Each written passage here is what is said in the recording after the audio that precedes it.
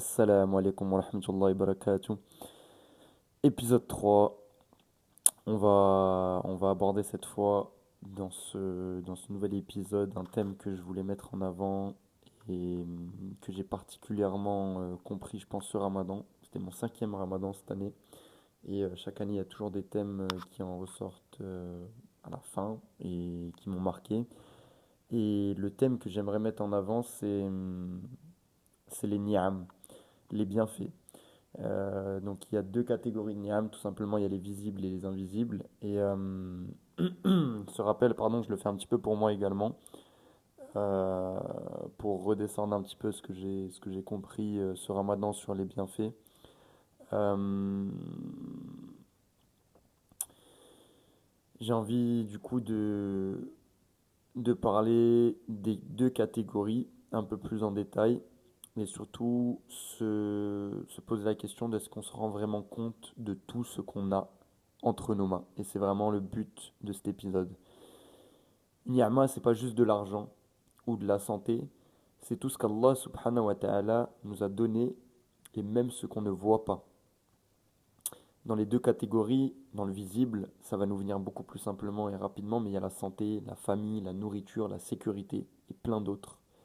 Dans les bienfaits invisibles, il y a notre foi, il y a la paix intérieure qu'on peut ressentir, la protection contre un mal que l'on n'a même pas vu, qui aurait pu nous arriver mais que l'on n'a même pas vu. Et c'est là où ça devient profond, les ni'am, c'est qu'il y a des choses qu'on ne peut imaginer ou qu'on ne peut voir, mais qu'Allah subhanahu wa ta'ala, bien évidemment, par sa grandeur, euh, et car il est l'omniscient, al-alim, celui qui voit l'invisible et le visible, euh, nous permet d'éviter ou nous permet de nous orienter sur le bon chemin à certains moments. Euh, c'est important pour moi de citer également les versets. Surat Ibrahim, donc Surat 14, verset 34. Si vous comptez les bienfaits d'Allah, vous ne pourrez pas les dénombrer. Les bienfaits visibles, ce qu'on banalise, entre parenthèses, se réveiller chaque matin, respirer sans douleur. Ça là, elle est forte, mais c'est vrai, respirer sans douleur à chaque instant. C'est vraiment le but de l'épisode de se rendre compte en fait de toutes les choses qu'on en a entre nos mains et des fois on est vraiment ingrat parce qu'on s'en rend pas compte, mais on a été créé comme ça, pardon. Et c'est important de prendre le temps des fois de faire une pause et de se dire mais en fait j'ai vraiment tout ça entre mes mains.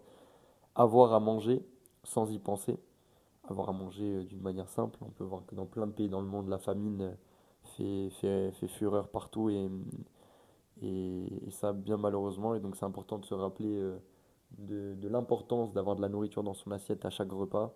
Et le Ramadan était là également aussi un petit peu pour ça. Euh, Surat Ibrahim, encore une fois, verset 34, il vous a donné tout ce que vous lui avez demandé. Et ce que je voulais mettre en avant, c'est que le problème, c'est pas qu'on n'a pas de bienfaits, c'est qu'on s'y est habitué. On s'est habitué à ces bienfaits-là de manière comme si c'était normal, et je pense que c'est humain, mais c'est important d'effectuer ce rappel et de pouvoir se dire que non, ce n'est pas tout à fait normal d'avoir parfois autant de choses comme ça entre les mains. Et c'est un peu ce sur quoi je vais revenir après dans des citations du prophète Mohammed sallallahu alayhi wa sallam. Les bienfaits invisibles, et c'est là où ça devient puissant, c'est que les bienfaits invisibles, il y en a beaucoup. Et pour le coup, on n'a pas tout le temps la capacité de les voir, même très souvent, c'est un accident qu'on a évité, par exemple, une mauvaise fréquentation dont Allah nous a éloignés, euh, une épreuve qui nous a rapprochés de lui, et le fait d'avoir la foi. Et ça, c'est une énorme ni'ma.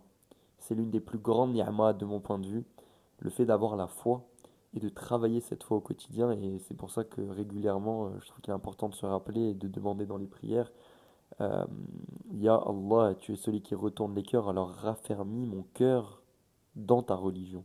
Ça, c'est important aussi de le dire régulièrement. Parce que ça, c'est vraiment quelque chose à pas prendre pour acquis, parce que c'est bien une chose sur laquelle on doit travailler chaque jour et chaque seconde qui passe dans cette dunya. Et je trouvais important et aussi intéressant de parler voilà, des mauvaises fréquentations dont on nous a probablement éloignés et qu'on ne s'est même pas rendu compte. et une épreuve qui nous a peut-être fait du mal, mais qui nous a rapprochés de lui, parce que souvent Allah subhanahu wa ta'ala nous dit je sais tandis que vous ne savez pas, parce qu'il a le point de vue que nous on n'a pas, et il se peut qu'on ait de l'aversion pour une chose alors qu'en fait c'est un bien pour nous, comme il nous le dit dans Surat al-Baqarah, et il se peut qu'une chose, on pense que c'est pas une bonne chose pour nous, mais en fait c'est une chose qui pourrait nous être prolifique et bénéfique surtout. Surat Luqman, donc Surat 31, verset 20, il vous comble de ses bienfaits apparents et cachés. Encore une fois, un verset qui veut dire beaucoup et qui est vraiment en lien avec le thème d'aujourd'hui. Peut-être que la plus grande ni'ma dans nos vies, c'est quelque chose qu'on n'a jamais remarqué. Et ça, c'est une question que je voulais, une idée, mettre énormément, la mettre en avant dans cet épisode-là. Je voulais également faire une prévention sur l'ingratitude, avec douceur, bien évidemment, c'est toujours l'objectif. Euh, le danger de l'ingratitude, il est très important, il faut être vigilant sur ça. Euh, En tant que musulman, on a plein de manières d'être reconnaissant, mais l'un des plus beaux, j'ai envie de dire, c'est Alhamdulillah, louange à Allah. J'ai pu me brosser les dents ce matin, Alhamdulillah. J'ai pu manger, Alhamdulillah. J'ai pu me lever de mon lit, Alhamdulillah. Mes parents sont en vie et en bonne santé, Alhamdulillah. Vous avez vu comment ce mot il est agréable. Il est agréable à dire en fait. On peut le dire tellement de fois. Alhamdulillah.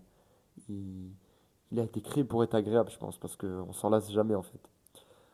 Si vous êtes reconnaissant, j'augmenterai certes mes bienfaits pour vous. Surat Ibrahim, donc encore une fois Surat Ibrahim, la 14 et du coup verset numéro 7. La reconnaissance, ce n'est pas juste un mot, c'est une manière d'aborder et de voir la vie. Alhamdulillah, il faut le vivre, il ne faut pas juste le dire. Et c'est là où beaucoup de choses changent. Quand on vit le Alhamdulillah à 3 milliards de pourcents, tout change. On va en venir doucement vers la fin de l'épisode et vers les paroles du prophète sallallahu alayhi wa sallam qui nous dit dans un hadith rapporté par Muslim, regardez ceux qui sont en dessous de vous dans les bienfaits de ce monde et ne regardez pas ceux qui sont au-dessus de vous, car cela est plus à même de vous empêcher de mépriser les bienfaits d'Allah sur vous. Très important de regarder toujours ce qui se passe en bas et pas au-dessus, parce qu'il y aura toujours mieux, il y aura toujours pire, mais c'est plus important de regarder ce qui peut se passer en dessous.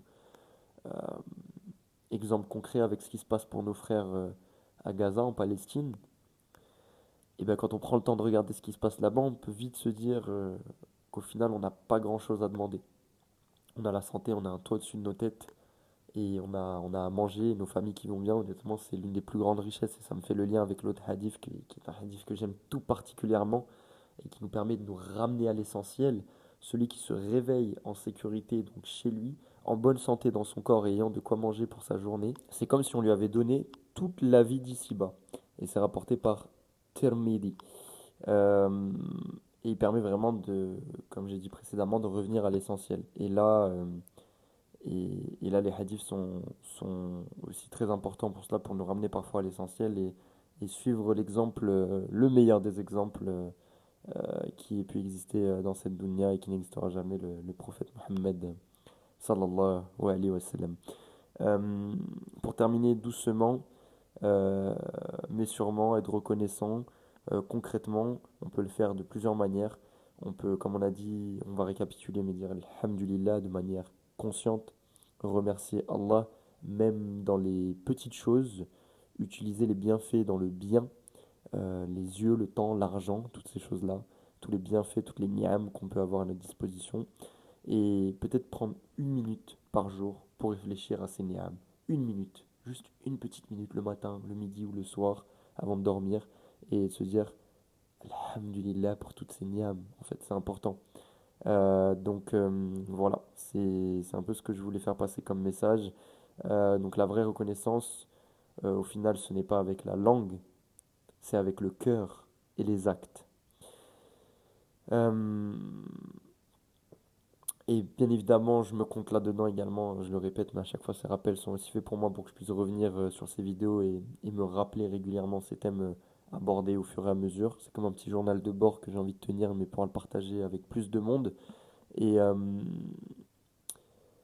moi aussi j'oublie, mais plus j'y pense et plus je me rends compte qu'Allah euh, nous a donné bien plus que ce que l'on mérite. Et pour ça, Alhamdulillahi Rabbil Alamin, gloire au Seigneur des mondes, Allah subhanahu wa ta'ala. Euh, et je terminerai avec ça, je pense que peut-être que le bonheur, au final, ce n'est pas d'avoir plus, c'est d'avoir ce qu'on a déjà en fait entre les mains. Je vous remercie pour votre écoute, comme d'habitude, et puis à très vite pour l'épisode 4 du coup. Salam alaikum wa rahmatullah wa barakatuh.